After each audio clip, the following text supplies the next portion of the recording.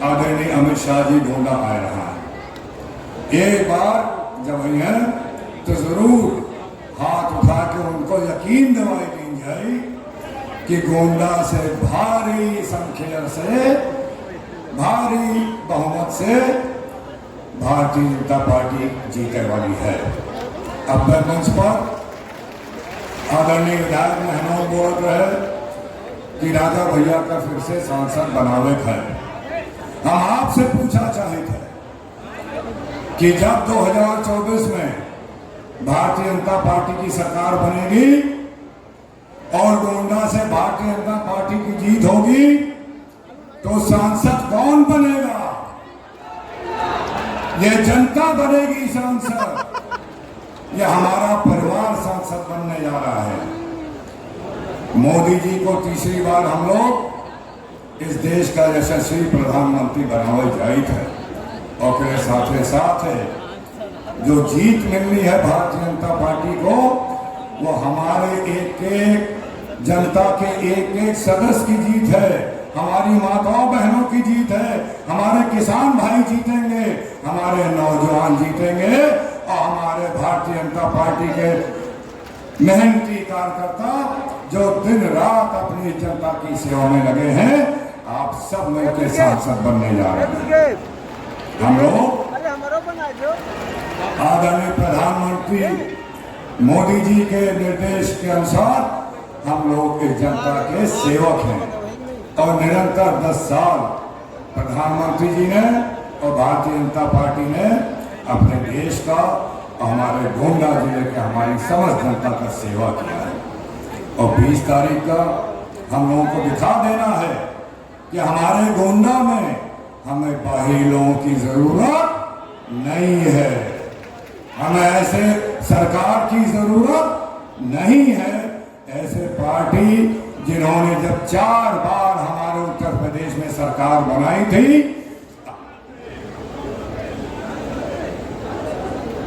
आपके विश्वास पे, हमारे किसान भाइयों के भरोसे पर 4 बार सपा ने हमारे उत्तर प्रदेश में सरकार बनाई थी। लेकिन उस 4 बार की सरकार में हमारी जनता को लूटने के अलावा और कोई काम हम लोगों ने नहीं देखा। हमारे जनता नहीं सुरक्षित थी, हमारे व्यापारी नहीं सुरक्षित थे और हमारे घर की माताएं बहनें नहीं सुरक्षित थी। पूरे उत्तर प्रदेश में केवल गुंडा माफियाओं का राज हम लोगों ने समाजवादी पार्टी में के दौरान देखा है। 20 तारीख का आप लोग दिखाई दी जाए कि ऐसे लोगों जिनकी सोच गलत है, जो हमारे समाज को बांटने की बात करते हैं, भाई भाई में लड़ाई लगाने की बात करते हैं, ऐसे पार्टी की जरूरत हमारे गोंडा, हमारे उत्तर प्रदेश और हमारे देश में नहीं है। आज जब हम आदरणीय गृह मंत्री जी का इंतजार कर रहे हैं तो हमें भूलना नहीं चाहिए कि भारतीय जनता पार्टी की सरकार जब से बनी है तब से हमारे देश को मजबूती और हमारे देश की अखंडता को मजबूत करने के लिए जो महत्वपूर्ण कदम लिए गए हैं, वो आदरणीय मोदी जी के नेतृत्व में और आदरणीय अमित शाह जी का दृढ़ संकल्प रहा है कि जो आज धारा 370 हटाई गई, जम्मू कश्मीर को देश से जोड़ा गया और इस देश में जो आतंकवाद और अलगाववाद की ताकतें पनप रही थी, उनको खत्म किया गया। ये दशकों से चल रही कांग्रेस सरकार की तुष्टीकरण की राजनीति का, उनकी राजनीति का ये तरीका था, उनकी राजनीति का यह तरीका था कि आज हमारे देश के कोने कोने में आतंकवाद और अलगाववाद पनप रहा था। लेकिन आज हमारा पूरा देश और हमारे देशवासी पूरे विश्व में हम लोगों का अगर सम्मान और गौरव दिलाने का काम किया है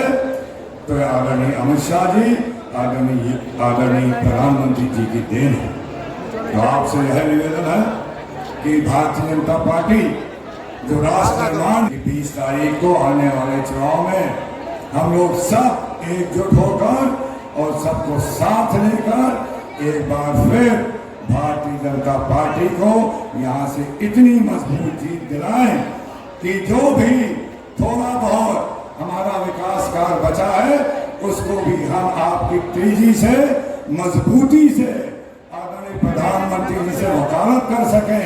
कि यहाँ भी सुहागपुर में फ्लाईओवर बनना है, गोंडा का बाईपास बनना है। हमारे गोंडा क्षेत्र में जो अयोध्या क्षेत्र से सटा है, वहाँ पे हमारी मांग है। मैं निवेदन करूंगा कि यहाँ पे एक औद्योगिक व्यवसायिक केंद्र बने, एक क्षेत्र बने, जिससे जो अयोध्या में जो तेजी से विकास हो रहा है, वहाँ पे लाखों की संख्या में रोज श्रद्धालु आ रहे हैं और उनको रोजमर्रा की चीजों की जो जरूरत है वो हमारे गोंडा के हमारे नौजवान लोग फैक्ट्री लगाकर, बिजनेस खोलकर हम लोग उसका उत्पादन करें और हमारे गोंडा के नौजवानों को रोजगार के अवसर मिले। इसकी भी मैं निवेदन आदरणीय अमित शाह जी से करूंगा।